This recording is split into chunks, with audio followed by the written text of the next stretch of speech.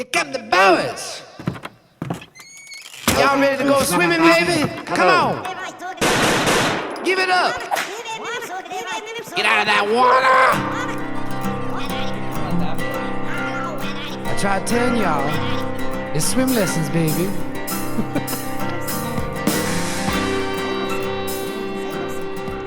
Look, if you want to understand a place, a real place, you don't go to the monument or the museum. You go where all the hard work happens before the banners get hung. The gymnasium. The place where the work gets done. The air smells of effort and unfinished business. For me, on this trip, that place was a gym in Four Winds, North Dakota. Not on a game night with the lights blazing and the crowd roaring, but in the raw, unvarnished hours of practice. The cathedral of fundamentals. This is where you meet the guru behind it all. The one turning sweat and repetition into something like gold. I came to meet a man named Rick Smith, head boys basketball coach of the Four Winds Minnewacan Indians. The resume is there. Multiple state championships. Wins stacked like cordwood. But that's not the story. The story is in the quiet drill of a bounce pass, the sharp call of a pivot foot. It's in the way his players move in tune with him like a great crew is in tune with a chef. There's a rhythm there, a discipline that borders on the spiritual. He gave me stickers for my travel pack, a couple of t-shirts, small tokens, but in my world, that's a passport. It means you're in. You've been accepted into the tribe, if only for an afternoon. And what I saw wasn't just a talented basketball team being built. It was something more rare. I saw a man who understands that the game isn't just about teaching kids how to shoot. It's about teaching them how to see, how to be accountable, how to be a part of something bigger than themselves. He's not just forging athletes, he's working on human beings. So pull up a stool. This is Swim Lessons, the podcast. In this episode, we're not just talking about the pick and rolls and the state titles. We're going to Four Winds to sit down with Coach Rick Smith. We're talking about the craft of coaching, the personality, the grind, the quiet spiritual growth that happens when someone teaches you not just how to play the game, but how to carry yourself in the world. This is for anyone who believes the best lessons aren't found in a playbook, but in the practice. But before we get into that conversation with Rick Smith, we have to think of a few of our sponsors that made today possible. First up is PSP Network. It's game day. They've been promoting local student athletes for a very long time. Right now, they're in the heart of basketball and hockey season, and it is time to watch some sports on PSP Network. You can find all these schedules on psp.network. Make sure to subscribe to their YouTube channel at PSP Network. You can share all those feeds with friends, family, whoever likes the game of basketball or the game of hockey, and myself and the rest of the talent crew. Really looking forward to our schedule, even some of the postseason stuff we're going to be doing. So make sure you check out and subscribe to PSP Network. Appreciate Nick Holberg and the crew for coming on board. Next up is River's Edge Bar and Grill. They're located in the heart of the Bach, and that's Williston, North Dakota, and they're known for offering the best happy hour in town, providing unbeatable deals in a lively atmosphere. Guests can also enjoy a variety of entertaining activities, including bingo, trivia, and the very popular Name of That Tune. Come on down to River's Edge for great drinks, great food, and great fun. And last but not least is Glosso Angus. They're a proud sponsor of Swim Lessons, a podcast. They're your premier source for registered Black Angus cattle since 1973. Glosso Angus showcase dominance, durability, and docility, and they're built to thrive on the northern plains. Check them out today. That's Glosso, Glasoe, Angus.com. Let's get into it. Here is the head man for the Four Winds Minnewacan Indians boys basketball team, the one, the only, Rick Smith. Coach Smith, it's good to see you, and it's nice to meet you finally. This is a big moment for me. I've admired you for a long time. Well, thanks for coming out on this cold, blustery day, a couple hours down. I'm glad you can make it down. It was a beautiful drive, and it's kind of fun when you pop over, because I came from Minot, so when I popped over that hill, and you kind of just see all these evergreen trees, I'm like, there's Four Winds. Yeah. Where basketball gods are born. A few. I appreciate you letting me come watch practice. That was so much fun. Absolutely. Always inviting. Yeah, and it's interesting to see how bought in your kids are. Obviously with a program like this, but when you talk, they listen. And that's not just established overnight. How did you get this culture built up like this? Well, I think the main thing is, I'm from here, which makes a big difference. Yeah. I went to high school in Warwick, and I live about 12 miles away from here. So, I know a lot of the kids' family members. I kind of grew up with some of them and played basketball against some of them as I was growing up. So I think that makes a big difference. And this is the only place that I've ever worked. I came here right out of University of North Dakota and did my student teaching here. Taught in the elementary system for a while. Assistant coach immediately as soon as I got here. A man that asked me to come and help when he was coaching here. So it was kind of a fun thing for me when I graduated from college. Here we go. Let's get into this sport that I love so much, and like I said, some of these kids that are playing for me now, I coached their dads as they were growing up. So the kids know who I am. I try not to be. I try to be as honest with the kids as much as possible. When they ask me a question, I answer it honestly, and try not to hide anything. But I think the main thing is just being part of this Spirit Lake Reservation all my life. I've grown up here. The only time I was away from here is when I went to college, at the University of North Dakota. So this is home for me, and I think the kids see that, and the kids know that, and the next thing is you got to get them, you got to get their respect, and I think being part of their families know who I am, and these guys at a young age seeing that I'm coaching, so that helps a whole bunch in coaching and teaching meshes, and so I've been fortunate to have that, not moving here and there, not coming in new, always been a part of this community, this family. Sounds like the people brought you back. Yeah, like I said, didn't move too far, when I was in college, didn't quite know what I wanted to do. I always know I loved the sport, and didn't know if I was ever going to be a coach, and it was just something that kind of in the back of your mind, always watched the game, played for Warwick High School, and a Class B town, and watched Class B basketball all my life, and always watched the state tournaments and stuff. But the superintendent here, Wayne Trottier Jr., who was a friend of mine, and we played softball together in the summertime, and he was a superintendent. He said, "Hey, Rick, I'm going to be the new head coach at Four Winds. Like to have you come and help." And I was fresh out of college, and the first thing you look for is a job when you graduate from college. So it was a great opportunity for me.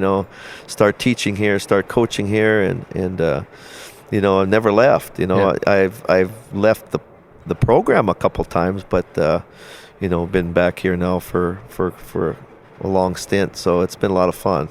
Well, like I said, when I first walked in and met you for the first time, I've been a fan from afar, and watching one of my top 5 favorite moments of basketball history, because I'm a basketball junkie nerd. I love the game.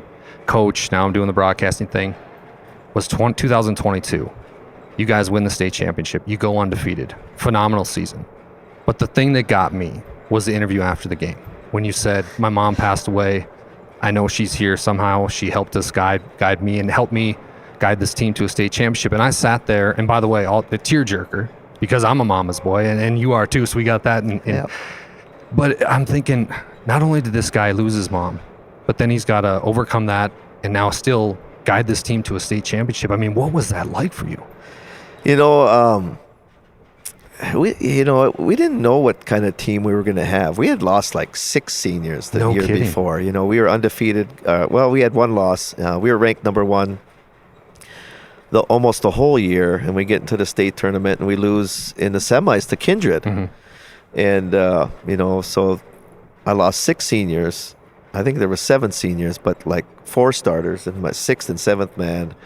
And I had 1 returning player back, and so I didn't know. I thought we were gonna be good. Dang was a sophomore, and Dalen Lefber was a sophomore, and we had a couple another senior that played a little bit as a junior, and then we had a small little guard that didn't play at all as a sophomore. He played mostly JV. So I knew we were going to be athletic. I knew we were capable. We weren't very deep because of all the senior class that we lost. And the first game of the year, we were looking forward to the first game of the year. We go against Enderlin. Enderlin goes 6'11", 6'9", and 6'6", and just the trees out there. down in Enderlin. Here we go, and it was just a phenomenal basketball game, and it was one that I'll never forget. It was a great atmosphere. It was, and we ended up winning that game by about 3. I think that was it was the closest game we had all year long. And you kind of knew right there that this team had a spark. This team was they had that togetherness, and we had a true leader on that team in Jaden Yankton, who was just he was just a great leader. And we had a great young core in Dang and Left Bear and Jacoby Pearson, who just came out of, probably should have been playing more as a junior, just came out of nowhere and had a fantastic senior year. And like I said, we didn't go that deep. I think we went a couple kids off the bench, and we had length, we had speed, and we got to play kind of the philosophy that I like. We did a lot of trapping with our length, and we had some good shooters, and they just played together extremely well. And we got into the state tournament, and we had our hands full right away. Our first game, the second game against Lemoore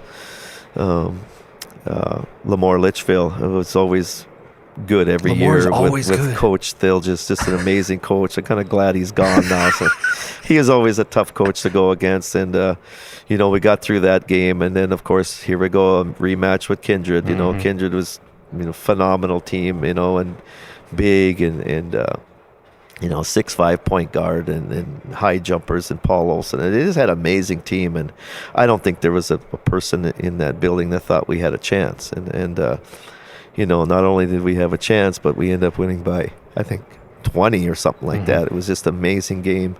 Kids played together so well.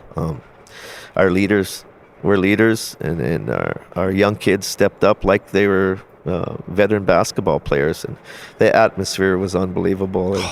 And to finish a season like that was memorable. I've been to the state tournament a few years, and 2016 was memorable, and even 2017 was memorable, and it was memorable for not probably for the way we lost that game, but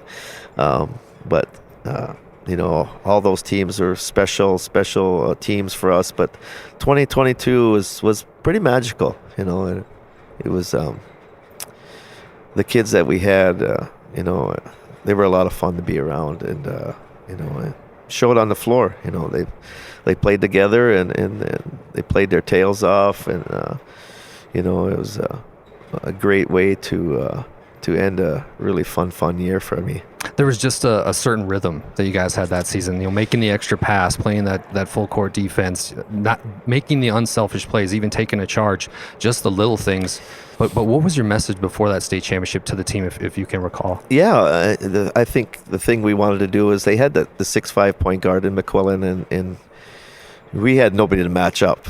So we put our little guard on him, and I said, just pressure. I want him tired.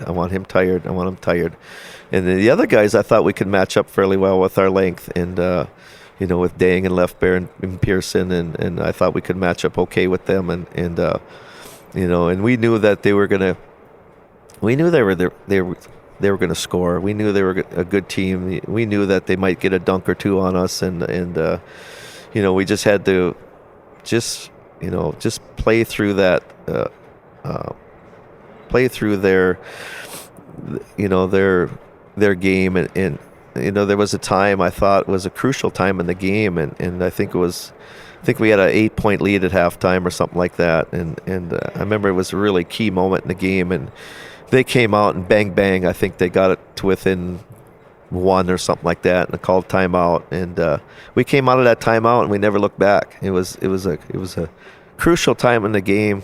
They had all the momentum, they had their crowd into it, and we came out of that timeout, and our kids took off, and they played a really together game. They laid off Dang and Left Bear, and made them shoot. Took a chance on them making some threes, and they made some big 3-pointers for us. They had a heck of a time matching up with Jacoby Pearson, and they switched different guys on him, and he was just a they called him the Slim Reaper for a reason. Yeah. He could get into that gap, and he could finish, and he was left-handed, and he could knock down the 3-point shot, and he had a tremendous year for us that year that I don't think anybody seen coming, but us, and then Jaden, started out the game extremely well, as he always did. He was our leader that year, and and little Kaja, who had to guard McCullen the whole game. And, I've talked to Max a few times over the last couple of years. I run into him, and he's such a nice young kid from Kindred. And we talk about that game all the time. And he remembers me saying, he's tired, and they tried to go and post him down low, and we were always there to help. And our little guard, Kelson Kaja, he wasn't a pushover by no means. He was a running back, and he had all the strength that little running back has, and he never backed down from anybody, and it was key. Bench played a key. I think I played one or two guys off the bench, but they all played key roles, and there was a lot of highlights, but I thought that was the key coming out of that timeout to start the second half, that they knocked our lead down right away, and we came out of that timeout and took off and never looked back. What's the feeling like after the final buzzer when it's over? You become a state champion, and not only just a state champion, coach, but like you were telling me at the beginning, this is your alma mater. This is where your heart is. These are all these kids you put so much time and effort into, and you finally reach the top of that mountain. What's that feeling like? Well, the first thing is you're always happy for the young men here, because you only get to see them sometimes 4 years, sometimes less than that, and they get that opportunity, and you hope that young guys don't have injuries and things like that, and so that's the first thing you always do is to see those guys celebrate with their families. Our fan base has been always been unbelievable. They've always been unbelievable. And they travel.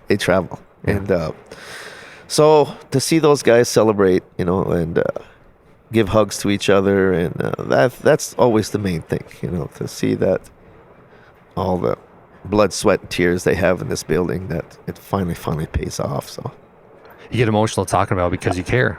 You care, and that's what's important. Yeah. I mean, and we were talking when I first walked in, too, about your phenomenal staff you have here. What's it like coaching with your brother?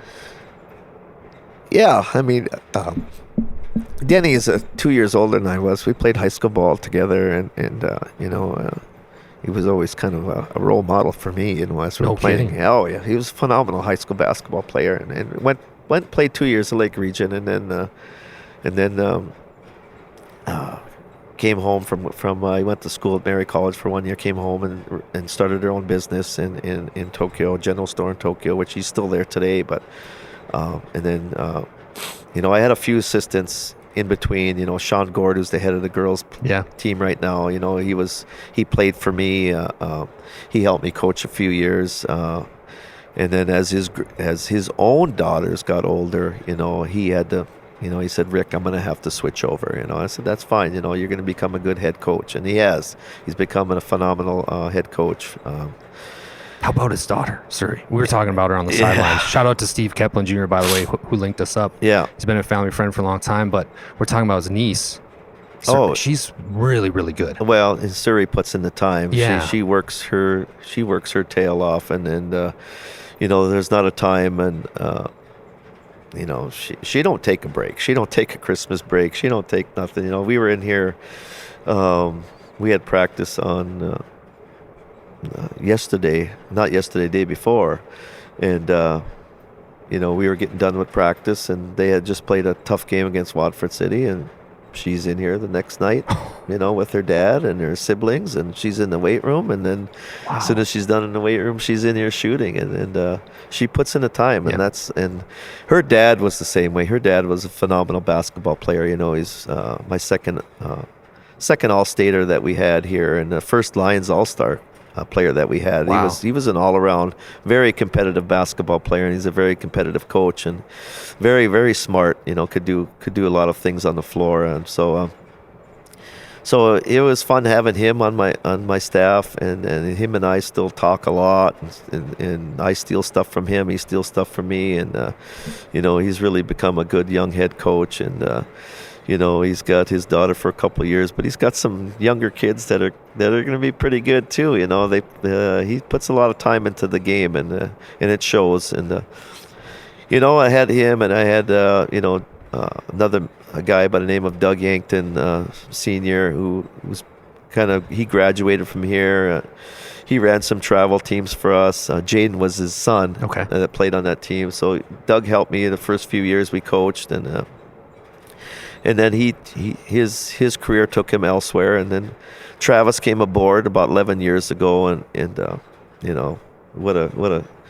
what a find there. Travis has been the moment he stepped in this building, and everybody knew who Travis was. Travis had a great high school career, a great college career at Lake Region and at UND, and everybody knew who he was, and the kids warmed up to him immediately. And when you get kids to respect you immediately, warm up to you immediately, that's big here, and so that.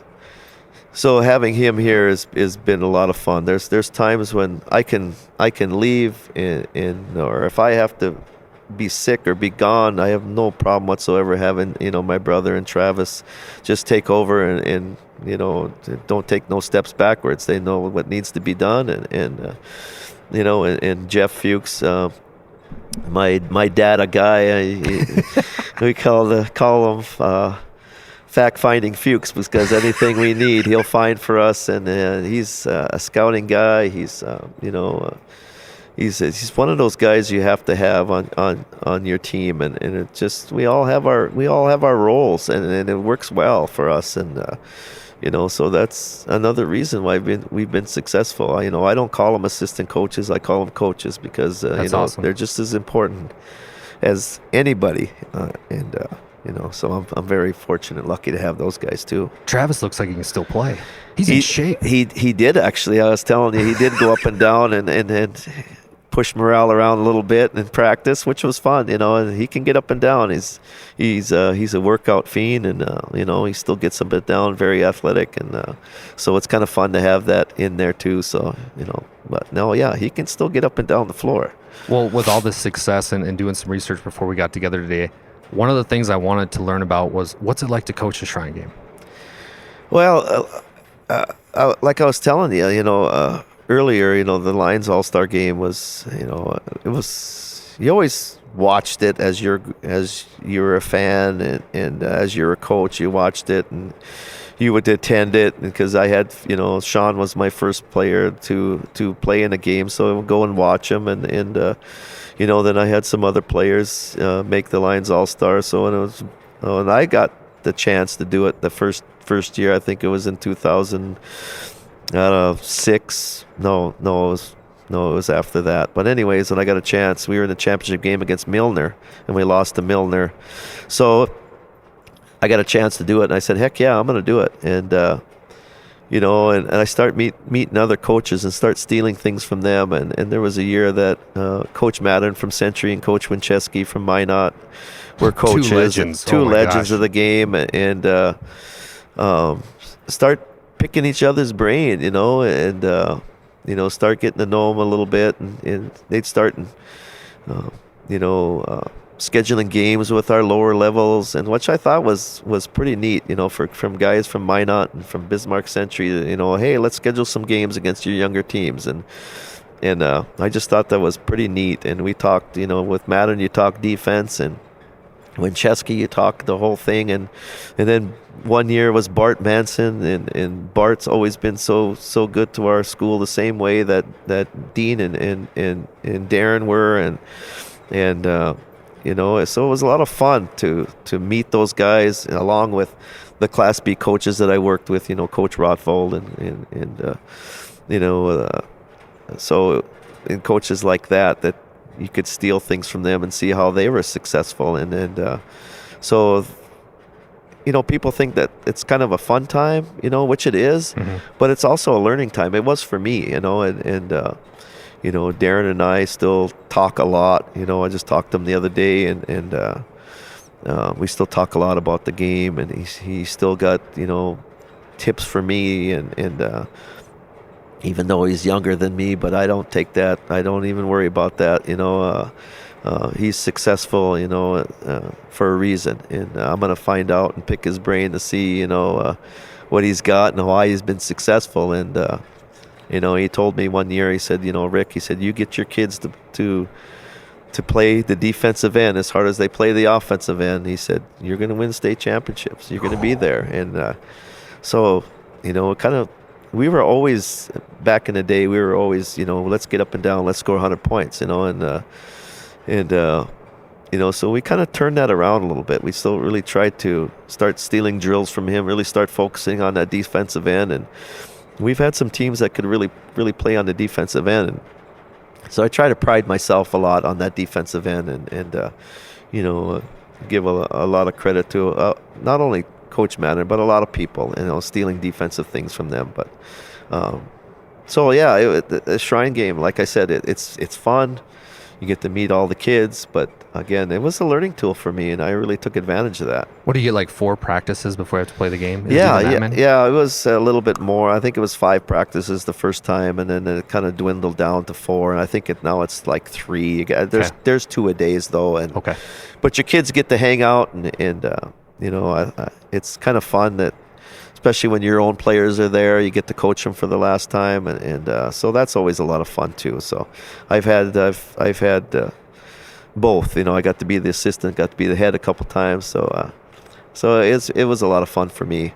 What do you think of Coach Matter's Century team this year? I mean, they're undefeated, but like I was telling you before we hopped on, they win state last year, and they're playing the Clay Bowl kid. I'm at the state tournament.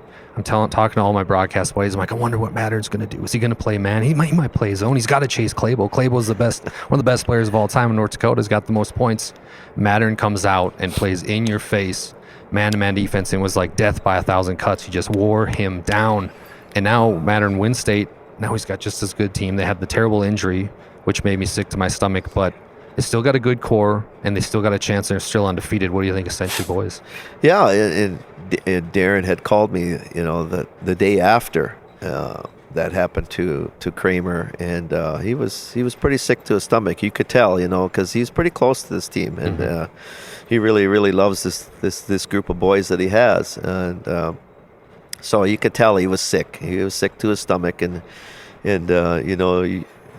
you wish that on you don't wish that on any high school kids that have to finish not only their senior year, but any year that they have to give up the rest of their year with the injury like that. And he was their main leader. He was a big leader for them and the point guard for them, and that's tough, and we talked, and I told Darren, I said, you're going to win. You're still going to win your share of games. It's going to be a little different, but you're still going to win your share of games, and you might just win all your games, knowing him. And I said, I don't know if there's a silver lining in that type of injury, but it happened early, and Darren's going to get this team he's going to get a time to get this team where he wants them, and get the next guy up, and get his bench, see who's going to be the guys that come off their bench, and get that rotation down, and he'll have them playing well. He will. He just, there are 2 games that they played without him. They just didn't lose a step. Kinnebrew picks up his game. Nisley picks up his game. And the Halverson kid comes in and picks up his game. And the one thing that Coach Mattern and the Century team is known for is their defense, and they're going to stay in every game they play in. If their shots are not falling, they're going to stay in every game they play in. And we talked after he got back from the Wyoming trip, and he said, Rick, guess what our 3-point percentage was? Because I watched them the second game, and he said we were 0 of 21 from the 3-point line. No way. And they won. Yeah. So those are things like that.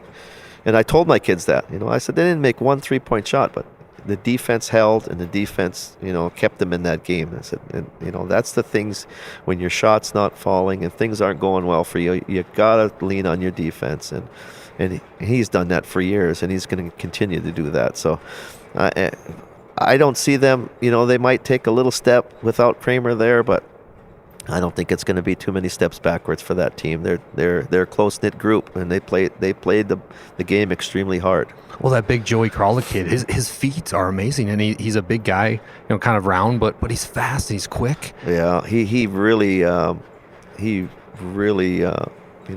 goes unnoticed. Yes. He gets his hands on a ton of rebounds, and those little things that coaches love to see, and he does so many of those things. And I know Coach Mattern he doesn't go unnoticed for Coach Mattern. Yeah. Coach Mattern loves that kid, and those are the type of basketball players you just love to have on your team. Do you think when it's all said and done, maybe Kinnebrew will have a chance to be one of the best at State of North Dakota? Yeah, we were just talking the other day. I mean, you look at Baco from Kindred, and you look at Kinnebrew from Century, and man, oh man, those are two of the best juniors you've seen in the state. I mean, these two kids can play. They got such an all-around game, and Baco handles the ball, does everything for them. Plays point.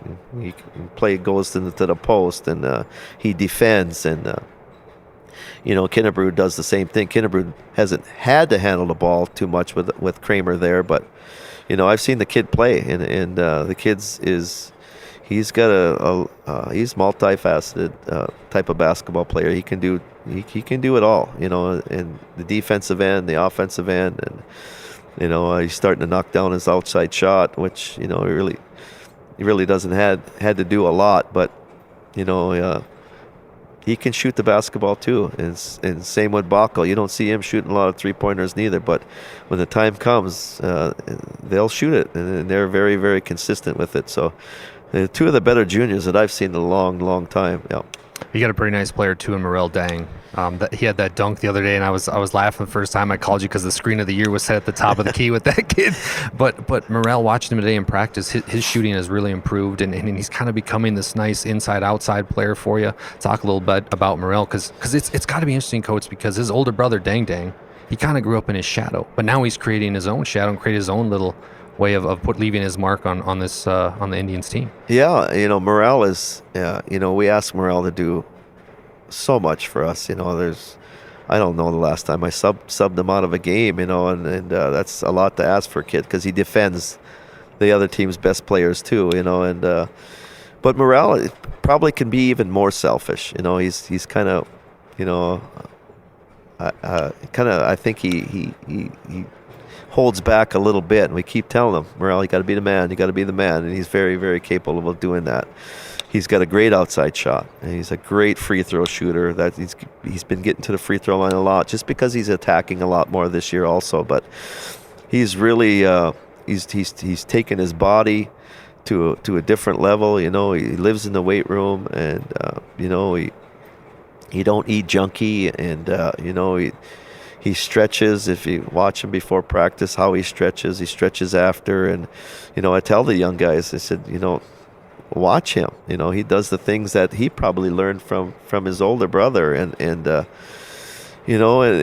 Morel's got a goal to go on and play football himself, and he knows what he has to do to his body to get his body where he wants it to be, and he's just young. Like I told you, he's 17. He's going to graduate at 17. He doesn't turn 18 till June, and always every time I see his mom, I say, what are you doing sending your kids to school? But he's such a great kid. He's a quiet leader, and he's starting to be more vocal, which is good. Dang was kind of the same way when he was younger. He didn't know if he should step on some of those seniors' toes, but as he got older, the vocals came, and the leadership came, and kids listen, because they see the type of work that these guys put in. Not only in this gym, but in the weight room and out of the weight room, in school. They're in school every single day, and they're just, it's going to be sad when he graduates, because they're no more. And we've got to wait for the kids to come up then, their kids. But anyways, Morel he does so many things for us, and I don't go unnoticed. I lean on him heavily, and but I know that he's still got a lot left in his game this year, and he's having a fantastic year this year. He's really stepped his game up. He's really become the leader for us, and he's starting not to hold back. He's starting to be more selfish, and I just need him to be even more selfish, because we got some good shooters, and and when Morel's unselfish, he gives the ball up also. He can play the point. If I have to sit out and my point guard gets in foul trouble and needs a break, Morel take the point. have no worries about him handling the point guard position. 6'5", sees over the defense, gets us in our offense, and he can post, he can shoot the three, he's starting to attack. He's really becoming a very, very fun and overall good basketball player for us. With this team this year, when you have a nice piece like Dang and watching him practice, you've got a lot of nice shooters. That lefty, what's the lefty's name that shoots the three? Jonte DeLorme. I like that shot. Yeah. I like that shot. Yeah. But with this roster this year, you guys are starting to really climb the ranks, whether it's media poll, state, whatever it might be. You guys are right there. What's it going to take, though, for this year's roster, the Indians, to make a nice run? Well, we just got to, we had a stretch there where we played Beulah, and we played Central Cass, and then we played Devil's Lake. It was the 2, 3, and 1 teams in the state at the time. And, I seen some really, really positive things. They were little in probably people's minds, but they were just to last year when we'd get behind, we wouldn't win those games. Mm-hmm. There was chances against Beulah where we could have folded. We had some moments in that game where Beulah went on a run. And, we were up. They were up 6 late in the fourth quarter, or in the 5 minutes left to go in the fourth quarter, and we called timeout. And there's a lot of game left. Got a lot of game left. Came out of that timeout. We went on a 6-0 run. Got back in the game and took a lead and give up the lead and take the lead back. And morale.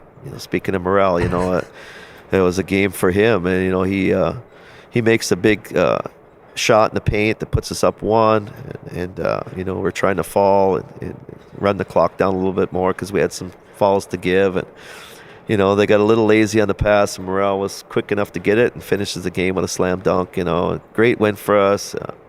To not give up, to keep battling. And we come back against Central Cass the next game, and we're down 11 at halftime, and we're struggling here at home, and they're just kind of outplaying us. They're taking it to us, and we said, okay, well, this is we'll see what you guys are made of. There's 16 minutes left in this game, and we come out in the third quarter and we get the lead. We cut that 11-point lead against a great team, a great well-coached team, and goes back and forth, and we give up the lead again late, and we have to fall. We're down 1. No. Yeah, we're down 1. We have to fall, and their best free throw shooter goes to the line, and we said, okay, that's still a 1-possession game, and he misses both free throws, and this is our sequence. Morale gets the rebound, gives it to DeLorme. DeLorme comes down, gives it to Alberts. Alberts makes a skip pass to Lonis from a back screen from Littlewin. All 5 guys played a part, and Lonis knocks down the 3 to give us the lead. And that's the way the game ended. Poetry in motion. Yeah, and it's before it wouldn't be that. It'd probably be somebody, I want to be the hero, but it was like all 5 guys were the hero in that game.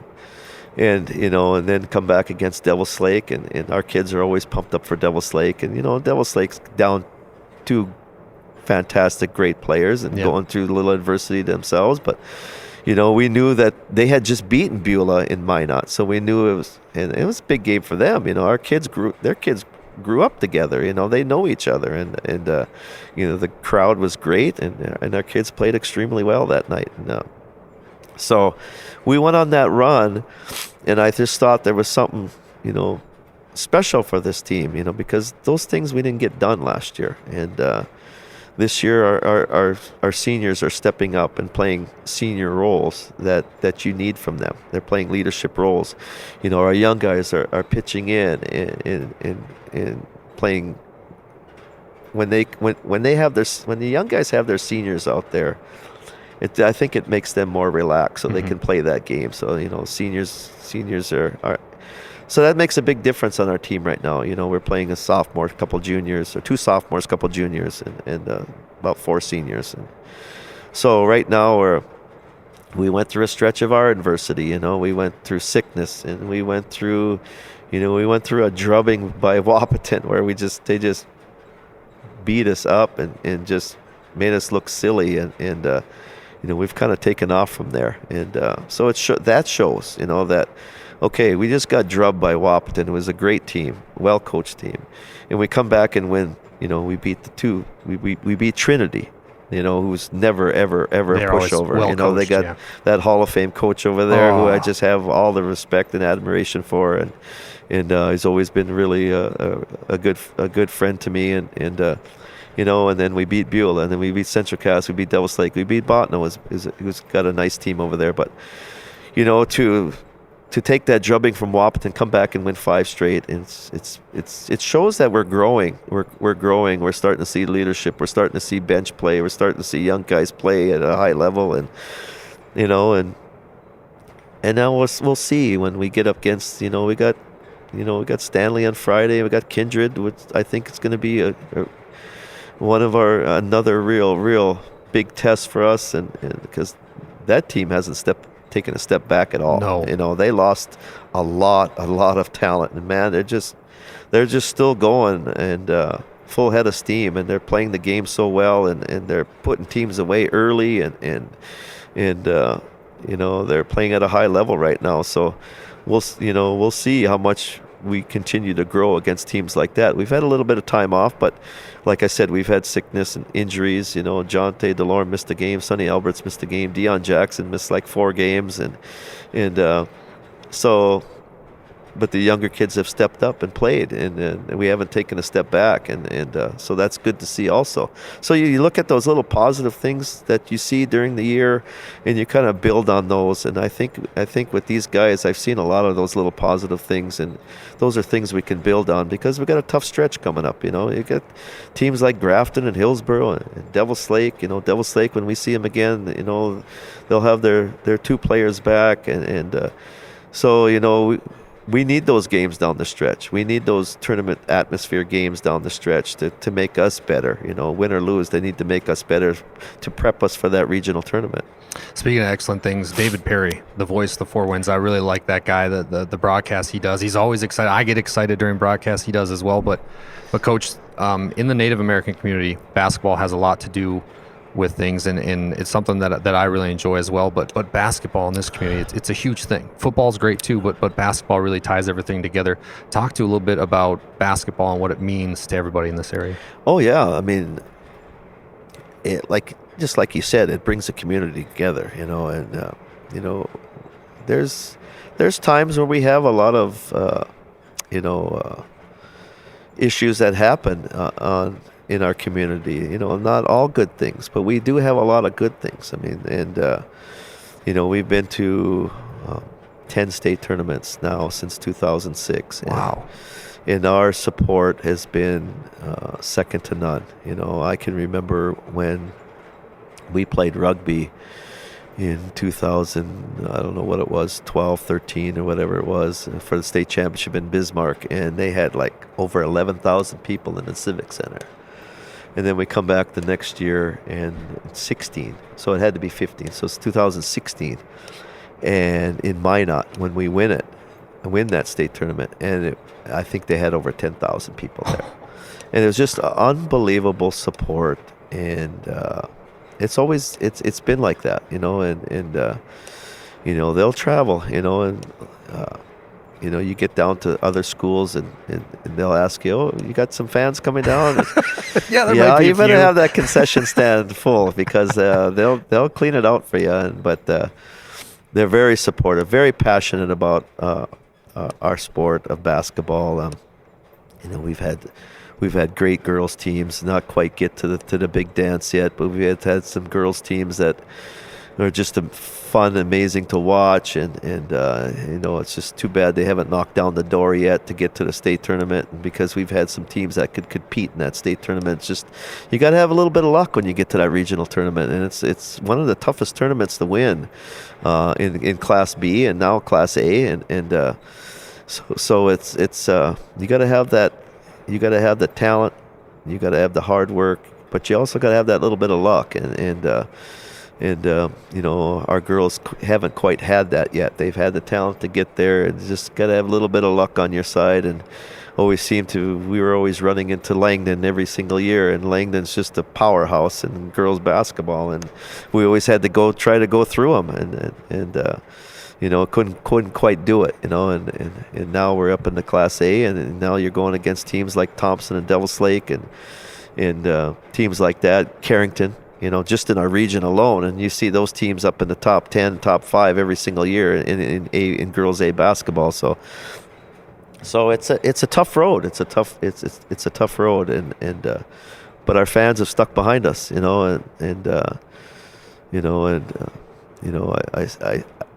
I see that Saturday's game with Kindred, 3:30 in the afternoon.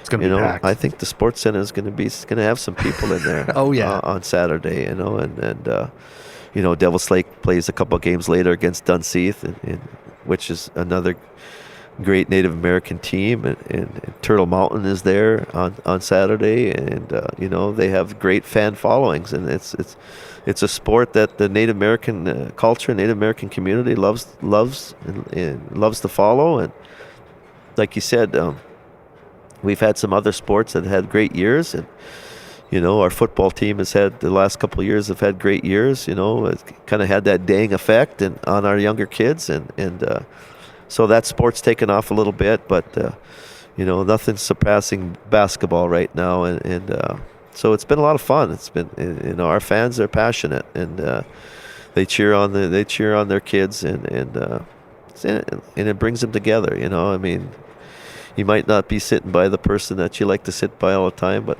they're cheering, and they're there for one reason, and that's the support, what makes it so much fun. What do you think of the 3-class system? It's for going into 4 years. This is our 4th year now. It's still I think it's still a lot of learning. It's still a lot of things they need to fix yet, and as far as playing the teams, it's we used to play these teams all the time anyways, and I think there's one game that that we've always wanted to play that we've never ever got a chance to play, and that's the Devils Lake game, and we've always wanted to do that, and even since Travis was in high school, they had great teams in 2006. We had a great team in 2006. We went to state, and they were the number 1 team all year, and Travis never likes to talk about that story at the end, but kind of brings back nightmares for him. I kind of feel bad for him because they had such a great team that year, and had to stay home, and those kids played together all the time. Travis would come with us on traveling teams, and so they kind of grew up. So to never ever not play each other during the year was that's tough. It was tough, and we always wanted that game, and I'd say, heck, we'll play over in Devils Lake. I don't care, you guys are going to pack that place, and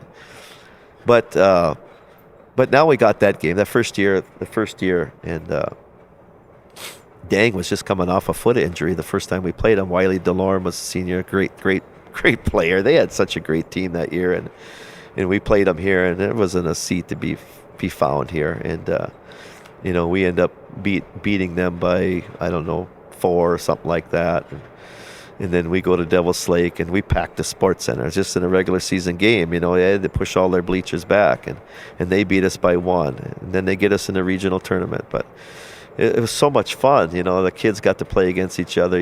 Dang and Wiley are going to college together now at UND, and they played on so many traveling teams together. So they get to grow up with each other, but never play against each other. And now there's a lot of hugs after games, and the coaching staff I know very well, and their fans I know very well. I've grown up with a lot of those people from Devils Lake too. It's kind of where I lived. I haven't lived, but it's one of my communities. And so the 3-class system, I think they got some kinks to work out yet. You got these teams going down now. We got to go back down to B because our enrollment took us down, and you got some other teams going down, and you got these teams. They put in this success points that didn't work out. And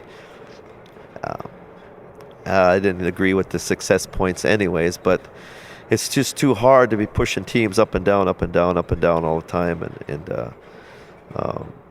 So if they can get a few more things figured out, I think it's kind of a good thing. And we'll see. I don't know how long we'll be in B. Maybe we'll get pushed back up to A, and we might be the team that's jumping up and down all the time. So I don't know. I think there's still some kinks to work out. I think there's still a lot of blowouts. That was kind of what they wanted to get away from, was a lot of the blowouts. But there's still a lot of blowouts in the game, and because there's just some teams that are better, and there's just some teams that struggle, and they have to play those teams. But until, I think if they can get some more things worked out in the next 3 or 4 years, I think it might be a good thing.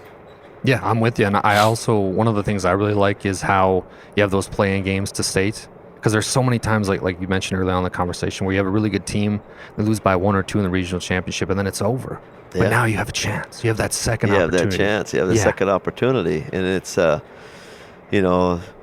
you're just talking about our girls program the other day. If we'd have had that opportunity, had that chance, they probably would have got in,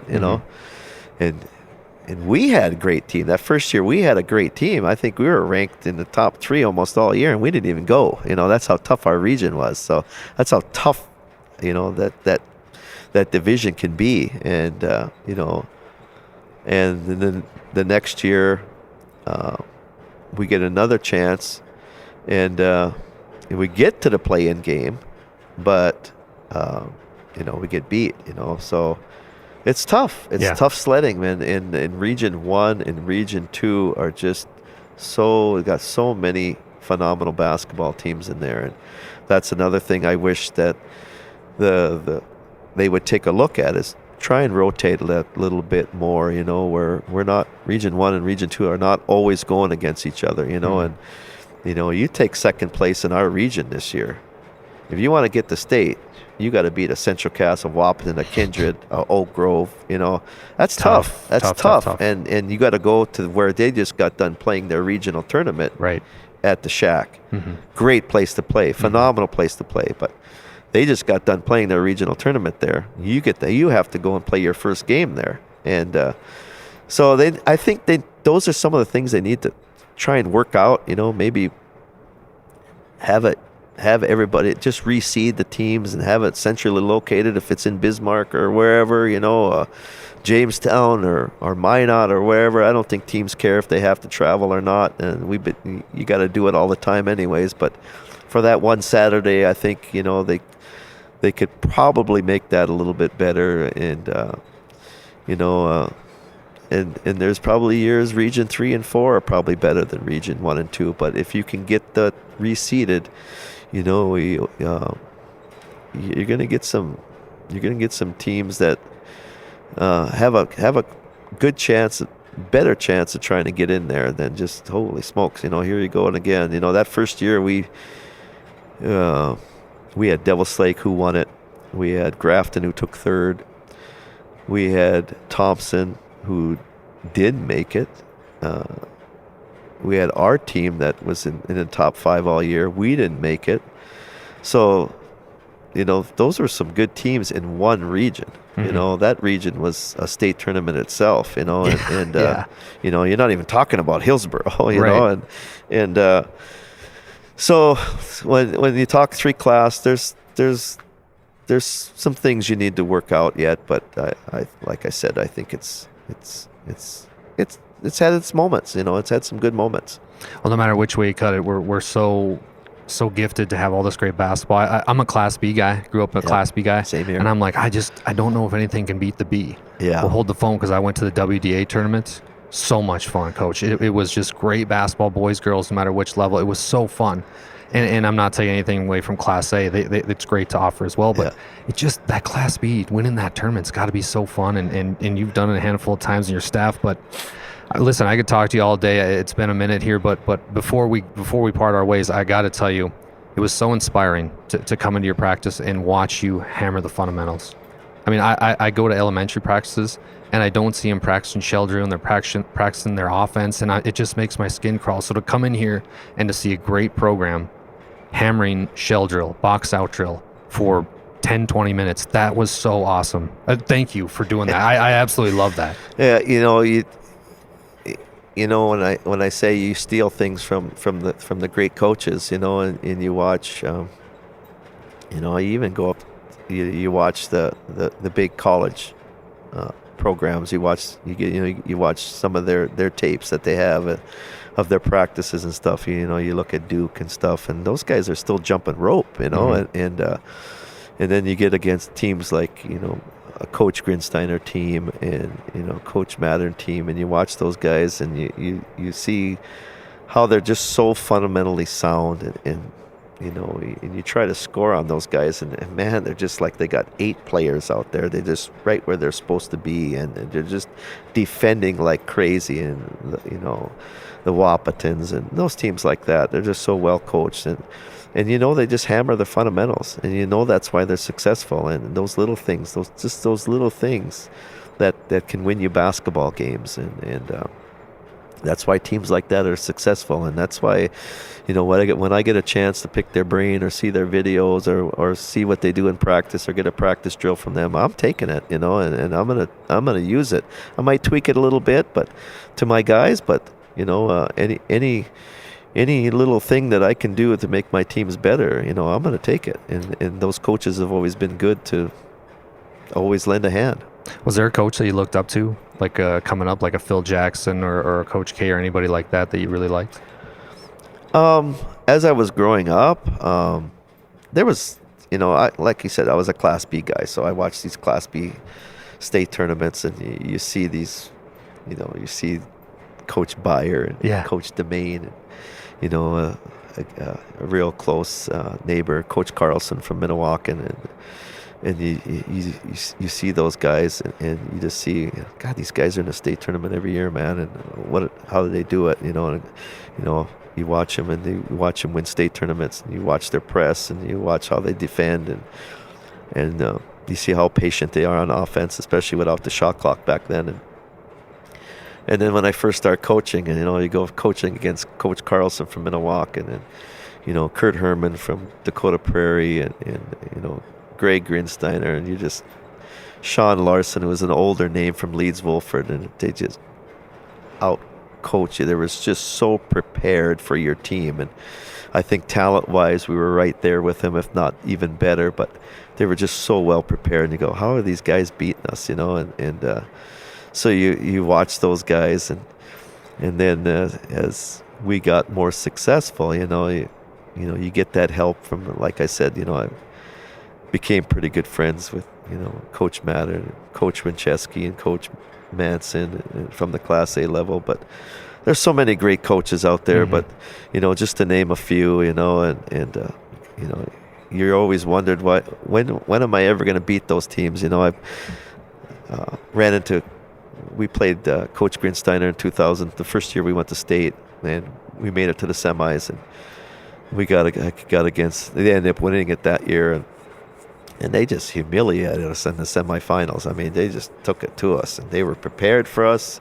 And the reason they were prepared for us, and we had a pressing team, and we would get out and try and pressure them as much as possible. And here, big Landon Smith is bringing the ball up, of a 6'5" post. He just took us right out of our game, and he was prepared for that, so you've seen that, and just couldn't get by him. Next year, ran into him again, and we were favored. We were the number 1 team in state in 2007. We were favored to beat them. They took us down again, and man, oh man, I got to start learning some things from this guy, and start stealing some things from this guy, and finally in 2016 when we won it, we got him in the semifinals. That was I think the first time I ever beat him. Wow. And so that was a pretty good win for me. And now it's kind of, he still gets the best of me, but I'm starting to get the best of him, and it's been a lot of fun though.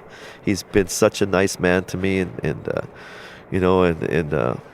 he's won 600 games for a reason, and he's still going strong. And his teams they're so hard to play against because they're prepared, they're physical, and they know how to play defense. And so like I said, there's so many great coaches out there, and if you don't take the time If you don't take the time and learn from them and pick their brain and steal things from them, you're not doing justice to yourself or to your team. And anytime I can do that, I'm all over that. Coach, getting to know you the last few hours, I gotta say this to your face, but it seems like you adapt to things really well, no matter what it is. Like you just said, I might not be doing something right, so I want to beat these teams. I might adapt my play calling or my schedule to what they're doing to make sure I can. Where did you get that trait from? Do you think? Even adapting to the kids that you have.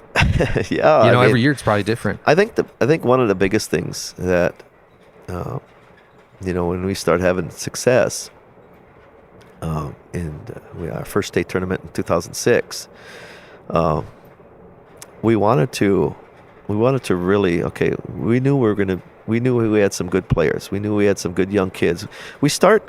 I think you can really attribute a lot to our team too, and you look at our coaching staff that you got to meet, but there's some other guys behind the scenes. I've had a junior high coach that has been in our program for 20 plus years.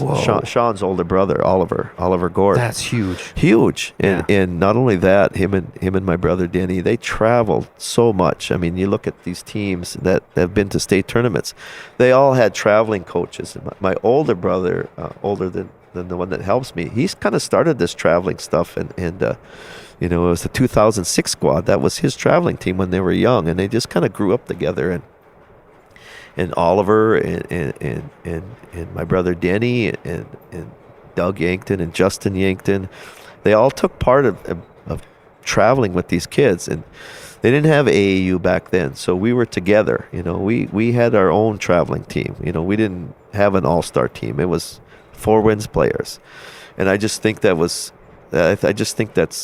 really important. The camaraderie, how they play together and know each other, and so that was huge. I think a lot of people think that goes unnoticed. AAU is kind of taken over, and kids are going all over the place and playing all over the United States, and which is fine. That's great. Because a lot of our kids don't get to see that anyway. So anytime that they get to go do that, that's good for them.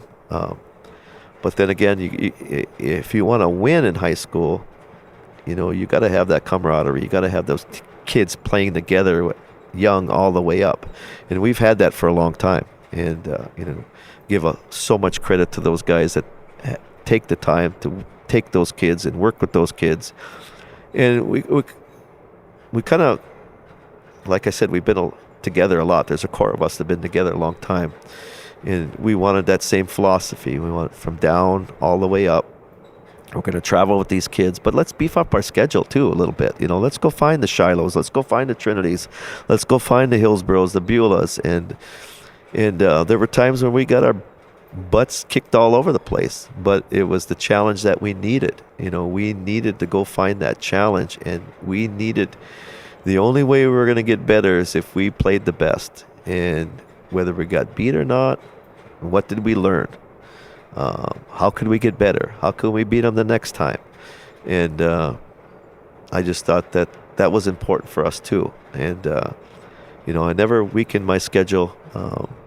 Never tried to weaken my schedule. And sometimes you got to turn down teams because they want to play you now. So that's kind of neat when they want to play you. Mm-hmm. And next year we have to go to Class B, which is another change for us. But we play 8 district games, very, very competitive district. But like I was telling you, I still want to keep that relationship with these teams in the Class A. The relationships that I've had for a long time, the coaches that I've known for a long time, and I reached out to most of them, and they all want to play us, and that really shows that. Number one, I got a great working relationship with those guys, those coaches.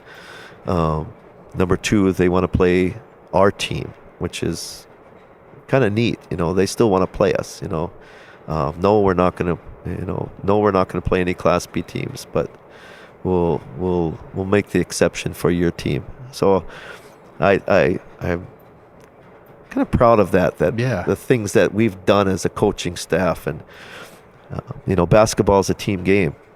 and you never do this sport alone, and I couldn't do it alone. You know, the guys that I work with, the guys that I've worked with, the guys that got me started, I couldn't do it without them. You know, they're so important to me, and so important to this our team, our school here, that you know, that's why I truly believe that's why we've had a successful program. Didn't you guys come up to Powers Lake and play a couple years ago? It's probably more than a couple. We didn't go up there, but there was a year where they lost the game and we lost the game. And the coach called me. He said, "Hey, Rick, we lost the game. You know, is there any chance that we could play? You have an opening?" And we lost the game too. And they were really good. That's when they started there. That's when Inget was just like a freshman. Yeah. And said, "Heck yeah." He said, "Well, you don't want to play up here because our gym is it's crazy spot. It's literally a barn." And then we'll come down there. I said, "Heck yeah, let's do it." You know, and I didn't know too much about Powers Lake back then, and they came, and man, it was a fantastic game. They gave us everything we wanted. We were really, really good that year, and we had so much trouble with them. And who in the heck is this team from Powers Lake? And well, then they went on to go make a few state tournament appearances themselves. So, you know, coach, he's done a great job up there for that team. So, you know, that was a lot of fun. Again, it was good that they seeked us out. You know, so it was a lot of fun. Yeah, well, I mean, what you've created here is so fun, and I mean, it was a true honor and a privilege to come watch you practice today and get a chance to talk to you. But to close, Coach, Swim Lessons, the podcast, it's about overcoming tough times. You mentioned a few things that you've done to kind of get through those tough times, but leave us with something. It can be a story, it can be a quote where you've been in that dark place and you've made it to the light. Well, I think what you know, anytime you're in a dark place, and this is advice to anybody, you know, you got to seek out that things that make you happy, you know, that things that are positive in your life, you know.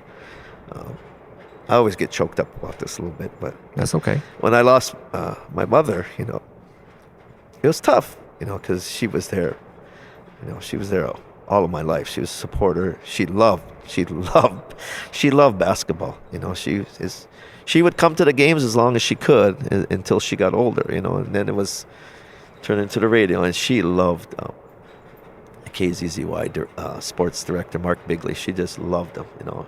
Anytime she had a chance to turn on the radio, she just loved listening to him, and you know, and then when she was in the home, and the home was always nice enough. If Mark Bigley wasn't doing the game, they would get the live stream on the computer for her, and yeah, she was happy. She was a big fan.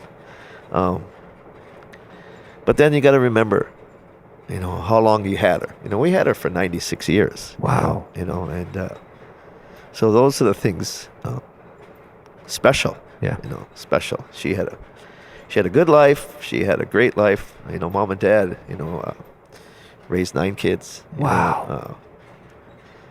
You know, they believed in family, you know, hard work, discipline, love, faith, and you know, I think they did a pretty good job instilling that in all of their kids too. You know, so you know, very thankful for that. You know, I probably wouldn't be here today without all of those things that I still try to practice myself. You know, I've been at this school for 37 years. Wow. You know, still believe in family and love and hard work and discipline and faith. You know, you just can't forget about that. And so when you're in the dark places, and you know, there are times, a lot of times that's the same message that I give to my kids. You know, my kids, you know, our kids don't come from the greatest home life sometimes. You know, I'll be the first one to admit, and you know, there's a lot of kids on my team that don't have that mom and dad in that house all the time, you know, and like I said, I'm fortunate for that. You know, you look at all my players, and you could probably pick out not even 5 that have that mom and dad in their family, you know, that grew up with a mom and dad. And it's tough on kids, you know, and you know, I've lived here all my life, and I still don't know how they do it sometimes. I really don't, you know, and I'll be the first one to tell them, you know, I don't know how you do it sometimes, because there's times I don't think I could do it. with how you grow up.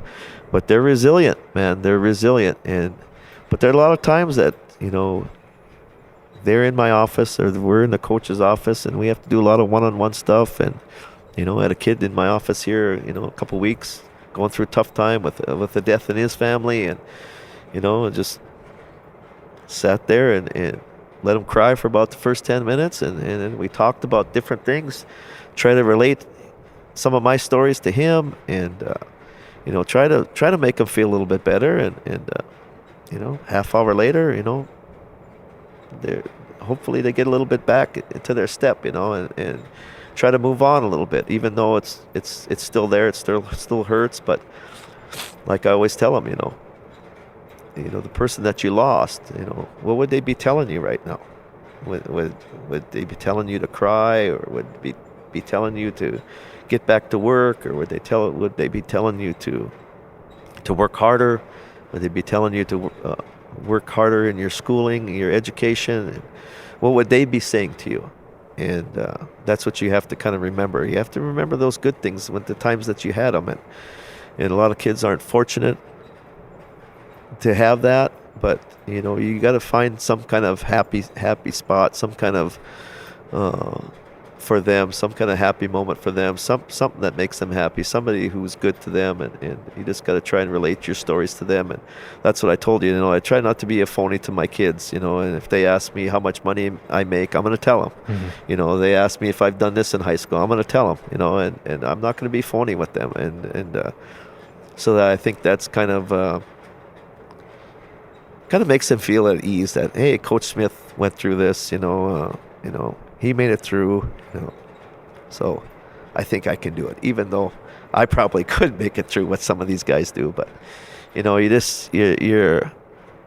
not only a coach, sometimes you're a father figure, sometimes you're a teacher, and sometimes you're a counselor, and sometimes they need to be fed, sometimes you need to do that, I have kids at my house in the fall and help me rake leaves and stuff. Some of my players, and they earn it. And they work hard, and so those are things that you do here, and that I've done here. But again, I've had a lot of help, and hopefully these. I'm not saying every relationship I've had with a kid has been positive. We've had some moments that haven't worked out well, and but I think overall, for most of them have, and it's still nice to see some of our kids come to games, and some of the kids that still call you Coach or Rick, and I never had a lot of kids call me Mr. Smith, and just I don't know why. I mean, it's just Rick or Coach, and but I don't take that as a disrespect. I take that as a respect when they're comfortable enough to call me Rick, or comfortable to call me Coach. I'm fine with that, and so we try to keep our relationships. I try to, I'm hard on them. I try to instill discipline in them, but like I tell them, if I get on you in a game, if I let you have it in a game, or let you have it in the locker room, and that's where it ends. That's where it ends. It starts over the next day. I don't hold nothing against you, and I'm never going to ever play you again. And it's never nothing like that. It's always, okay, next day's new. We're starting over, and I think I've probably ripped into the best players that I've ever had, probably even more so. And but it's never hold a grudge, and it's always that respect that they give me, and I'm going to give it back to them because they deserve it. Sometimes if the coach quits getting on you, that's when you got to worry. Yeah, I think so. I mean? Yeah, I think so. And by the way, that was beautifully said. Thank you for getting through that. I know it's not easy, but listen, this has been so much fun for me, Coach Smith. I truly, truly, truly appreciate it. And everybody, make sure you go follow Four Winds on Facebook, all the social media pages. Like I said, they live stream a lot of them on Facebook, which I enjoy myself. Shout out again to Mr. Perry. Oh, heck yeah. He's the man. Dave's phenomenal. Phenomenal. He's a good friend. He's a good guy. The kids love him, and the fans love him. And man, he's been a godsend since he's been here. And I got sisters that live I got 3 sisters, one in Arizona, one in Rapid City, one in Bismarck. All on his page. They watch it. Yeah, they watch him. And so it's kind of nice that my family can still watch him, don't have to be at games. So Well, not every school has that. You know what I not mean? every It's a school has special that. thing. You know, they have that live streaming, but I don't know. Dave just brings a special addition to our teams. Yeah. He does, 1,000%. Well, you're a special guy, and I appreciate you and what you give the game of basketball. But everybody, make sure you check out Four Winds. Good luck the rest of the way, Coach. Thank you so much. Thanks for coming up. Hey, It's been a lot of fun. So Yeah, this was a blast for me. Yeah. We'll have to do it again sometime. Absolutely. Anytime. Excuse me. Excuse me. Well, that's a wrap. Thanks, everybody. You bet.